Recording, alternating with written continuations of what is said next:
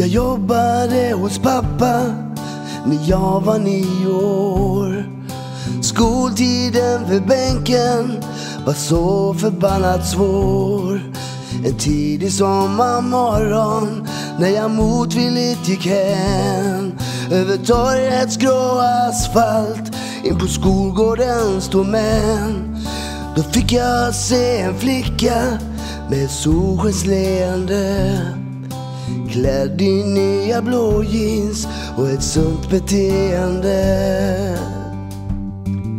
Hon hade röda sockar med en silvrig överkant, och huden den var slipad som en bärnstensdiamant. Hennes röst var vävd av sammet, hennes händer av kashmir. Hennes aura gav mig stötar när jag sakta gick förbi. Kroppen den var formad som den dyraste klenod. Läpparna de glänste i solen när hon log. Jag lättade från marken när hon tittade på mig. Jag kände i mitt hjärta att hon skulle bli min tjej. Hennes honungsbruna ögon, hennes långa fina hår, profilen lika vacker som en nyutsprungen vår. Då fanns det inga tvivel att försöka fråga chans. Men varje gång jag skulle kom jag ständigt ur balans. Träsitsen på gungan med sitt vackra snideri, på lekplatsen i skolan som jag nu sitter i. För 100 sekund sen var det du som gick förbi. Tankarna jag tänker, jag hoppas det blir vi. Jag hoppas det blir vi. Rasten har ju slutat och kyrkklockan slår 12. Själen flöt som kvicksilver på salens blanka golv. Nu sitter hon bredvid mig, jag kan känna hennes doft. En del av mig vill lyfta till himmelrikes loft. Var tiden sen tog vägen kan jag inte än förstå. Jag ville stanna nära, ville aldrig någonsin gå.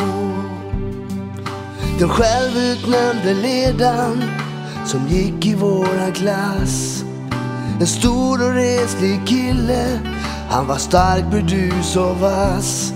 Han mobbade och hånade prinsessan varje dag. Jag krossade han enkelt utan något nederlag. Så dagarna hos pappa på sitt nya gjuteri gjorde nävarna till tungsten och kroppen helt solid. Träsitsen på gungan med sitt vackra snideri, på lekplatsen i skolan som jag nu sitter i.